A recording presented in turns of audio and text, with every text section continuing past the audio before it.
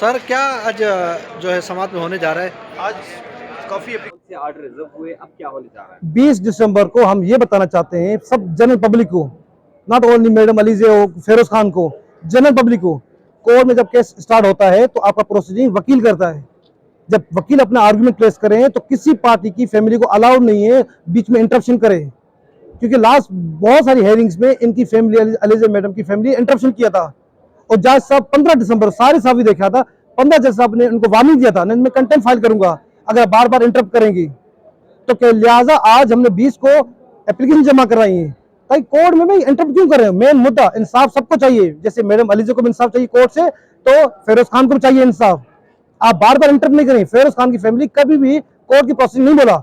अब इससे अंदाजा लगाया जाता है जो फैमिली कोर्ट में इंटरप्ट करे, डिस्टर्ब करे प्रोसीडिंग को, वो सोचो किसको डिस्टर्ब नहीं कर सकती। That is point. लिहाजा सबसे गुजारिश है, कोई भी केस हो, क्रिमिनल सिविल किसी भी पार्टी का हो, तो लेट द वकील प्रोसीड। अपनी पार्टी, कोई भी पार्टी अपनी एफिशिएंसी नहीं दिखाए, ये मैं जनरल कॉन्टेक्स्ट में कह रहा हूँ। अच्छा, अब केस में क्या हो वो भी बता दें। विंटर वेकेशन की जैसा आप अलाउड ऑर्डर करेंगे लेटर वर्स में, जो हमें जो लग रहा है वो जो लग रहा है, may be it could be different way, the sultan might be allowed to the Feroz Khan for 10 days। इंशाल्लाह खुशखबरी सबको मिलेगी, जैसा आपका ऑर्डर जो भी होगा सर आंखों पे। सर, उन्होंने आप पर इल्जाम लगाया कि आपके क्लाइंट ने आपको एक यूट्यूब चैनल खोल के दिया है और वो जो इंस्ट्रक्शन दे रहे हैं आप उस पर वीडियो बना रहे हैं, इस पर वजाहत दीजिएगा। जिब्रान नासिर, आप सब लोगों पे एप्लीकेशन फाइल की थी ना हाई कोर्ट में, तो क्या हुआ था भाई? फ्रीडम ऑफ एक्सप्रेशन है ना। हाँ, किसी कंटेंट अगर आपको इशू बता दें तो आपका यूट्यूब पे बंद हुआ नहीं हुआ था ना जमाल साहब, नहीं हुआ था ना। तो भाई फ्रीडम ऑफ एक्सप्रेशन है। जो कोर्ट की प्रोसीडिंग कौन बताएगा पब्लिक को? हम ही बताएंगे ना। कोई बंदा डिस्टर्ब कर सकता है फैक्ट। जो एग्जैक्ट वर्ड है कोर्ट के, हम कोर्ट को पब्लिक को वो बता रहे हैं to promote the law. Law बताएंगे ना, लोग भी सीखेंगे ना। कम से कम अब ये पता चलेगा general public is now interested to learn the law. जिस तरह हम प्रमोट करेंगे कोर्ट की प्रोसीडिंग को, लिहाजा it's the right of everyone to learn the law. Dowry articles आपने सड़क पर रखे थे, उन पर भी उन्होंने एतराज लगाया था, तो ये आपने घर से बाहर क्यों रखे थे? ये उस पर थोड़ी। भाई कोई भी फर्नीचर नया आता है, डावरी या जनरल फर्नीचर नया आता है, गाड़ी से अनलोड होता है, साइड पे होता है, जब तक घर में जगह बनाई जाती है फिर अंदर होता है। इसी वजह से जब हैंडओवर करना था तो हमने साइड पे रखा था ताकि इसको जल्दी क्विकली हैंडओवर हो जाए बेलिफ को, पहली बात। और दूसरी बात, अगर इनको इतना सारी चीजें परफेक्ट कंडीशन में थी, अगर परफेक्ट कंडीशन नहीं था तो चले आते कोर्ट में, बताते ऑब्जेक्शन हमें घर में दिया जाए। तो कोर्ट कभी अपनी रिस्पांसिबिलिटी अपने शोल्डर्स में नहीं लेती, तो why bailiff take the responsibility on the shoulder.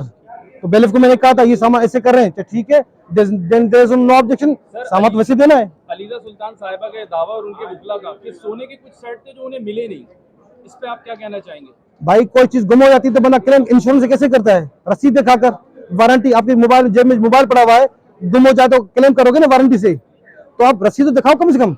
सारा मलबा कोर्ट में नहीं करो। कल कोई एलिजाबेथ का भी हीरा भी था हमारी बेटी की जेज में, 10 हीरे थे साउथ अफ्रीका के, वो भी हमारी बेटी की जेज में थे। जनरल कॉन्टेक्स्ट बात कर रहा हूं, तो क्या वो हर हस्बैंड वो दे दे? रसीद होता है, सबूत होता है, कोर्ट चलती है गवाह पे, सबूत पे। जब क्रॉस एग्जामिनेशन पे, जस्टिफिकेशन में कोर्ट नहीं चलती। लॉ ऑफ जस्टिफिकेशन नहीं आया, शाह साहब है असेंबली से बिल पास करवा ले लॉ ऑफ जस्टिफिकेशन का, सबके लिए कानून आसान हो जाएगा। ये बिरला रिपोर्टर है सिकंदर भाई, ये बिलियनर हो जाएंगे, पे दावा करेंगे सब पे। नहीं, लेकिन आप ये बताएंगे कोई किसको गिफ्ट देगा तो रसीद थोड़ी देगा अपने हाथ में। गिफ्ट का अलग कानून है भाईजान, तभी तो हम यूट्यूब चैनल बनाए ताकि लोगों को फाइकली जागरण यूट्यूब चैनल है, प्रमोट किया लॉ को। क्यों? गिफ्ट का सूट होता है सीनियर सिविल जज के पास, वो गिफ्ट होता है डिफरेंट कोर्ट में, ये फैमिली कोर्ट सिर्फ डाउरी आर्टिकल के बारे में एंटरटेन कर सकती है एप्लीकेशन। अब ये भी वकील साहब बता देना। ठीक है भाई, थैंक यू। शुक्रिया भाई साहब। बताइएगा। आज केस की समाप्ति, आज ऑर्डर होने वाला है बच्चों की इंटरम मेंटेनेंस पे, तो उसके लिए ऑनरेबल कोर्ट ने कहा है कि आप लेट हाउस में देख लीजिएगा, हम ऑर्डर अनाउंस कर देंगे। वो ऑनलाइन चेक होता है, हम ऑनलाइन चेक कर लेंगे।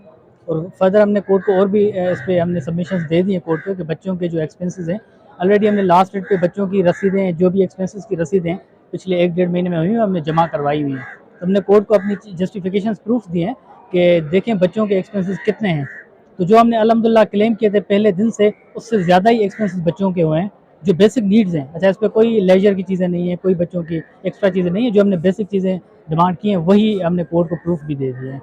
कैम साहब, उन्होंने जो विंटर वेकेशन की भी एप्लीकेशन फाइल किया है, उस पर आपने क्या दलाल दिए थे? विंटर वैकेशंस, पहली बात तो वैकेशंस उन बच्चों की होती है जो स्कूल जाते हैं, विंटर वेकेशन बाकी बच्चों की नहीं होती है। विंटर वेकेशन का कॉन्सेप्ट स्कूल से और जॉब से निकला है। जो जॉब्स करने वाले लोग होते हैं उनके लिए विंटर वेकेशन होती है और बच्चे स्कूल के बच्चों के लिए होती हैं। तो ये इनका जो है ना कोई बच्चा अभी स्कूल में इनकी इर्रेस्पॉन्सिबिलिटी की वजह से जो माइनर सुल्तान है वो स्कूल में दाखिल नहीं हुआ, क्योंकि बाप ने पिछले 5 मिनट से मेंटेनेंस नहीं दी। पिछले 2 महीनों से हम कह रहे हैं कि बच्चे का अगस्त से स्कूल स्टार्ट हो गया है, काइंडली इसको आप जो है ना पेमेंट करें ताकि बच्चा स्कूल जाए। वो अभी तक बच्चे की स्कूल की एडमिशन फ़ी उन्होंने जमा नहीं करवाई, बच्चा एडमिट नहीं हो पाया। तो बच्चा एडमिट ही नहीं है तो किस चीज़ की विंटर वेकेशन। बाकी जहाँ तक ताल्लुक है विंटर वेकेशन का, दोनों बच्चे छोटे, इन्होंने मांगा है कि 10 दिन के लिए बच्चों को बाप के पास रहने दिया जाए। 10 दिन तक बच्चे किस तरह बाप के पास रहेंगे? जो 9 महीने की बच्ची है जो माँ का दूध पीती है वो माँ के बगैर किस तरह रह सकती है? इधर मीटिंग्स में आप मीडिया वाले हजरात देखते हैं कि 2 मरतबा उनको बुलाया जाता है मीटिंग के दौरान माँ को कि आके छोटी बच्ची को दूध दे दें या बच्ची को संभालें, क्योंकि वो रोती है। जो बच्चा है 4 साल का, वो 4 साल का छोटा बच्चा माँ के बगैर, हाँ बिल्कुल उसको बाप की भी अटैचमेंट चाहिए, लेकिन इतनी नहीं, ज़्यादा माँ के साथ अटैच होते हैं छोटे बच्चे। तो वो किस तरह 10 दिन रह सके? तो मेरे ख्याल में अगर इस तरह की कोई चीज़ अलाउ हुई तो विद ड्यू रिस्पेक्ट मुझे ये कहना चाहिए कि जुल्म होगा बच्चों पे, क्योंकि उनको माँ से दूर रखा जा रहा है। ये बताएं, जेस के सामान पे जो है वो अभी भी आपके जो है वो मुतनाज़ा बनाया जा रहा है कि कुछ गिफ्ट वगैरह वो नहीं दिए गए, तो इस पे क्या वो एतराज़ात आपकी तरफ से अपनी अदालत में जमा कराए गए, उस पर क्या पूरा राय अमल आ गया है? जी, सबसे बड़ा एतराज़ जो जहेज़ के सामान पे था कि इन्होंने कुछ चीज़ें एडमिट की थी। हमने कहा ठीक है, कोर्ट में जो प्रोसीजर है बेलिफ अपॉइंट होता है और डाउरी आर्टिकल्स एक्सचेंज होते हैं, हैंड ओवर टेकिंग होते हैं पार्टीज़ के बीच में।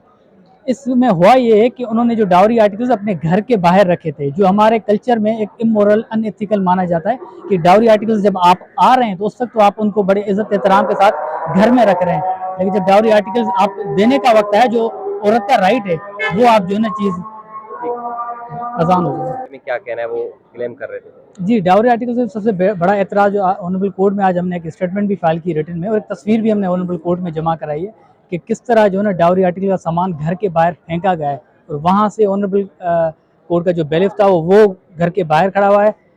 सामान दोनों पार्टीज़ वहाँ मौजूद नहीं थी।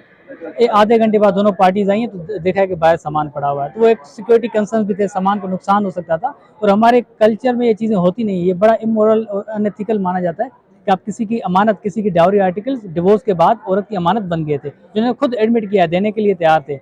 जब देने का टाइम आया उन्होंने घर के बाहर फेंक देते, अपने सहन में रख देते डाउरी आर्टिकल्स, वहाँ से उठाए जा सकते थे। तो ये बड़ा इनका जो अनएथिकल, जो मैं कहता हूँ इलीगल भी एक एक्शन है कि डाउरी आर्टिकल्स का सामान उन्होंने इस तरह जो है ना बाहर चीज़ें रखी हुई थी।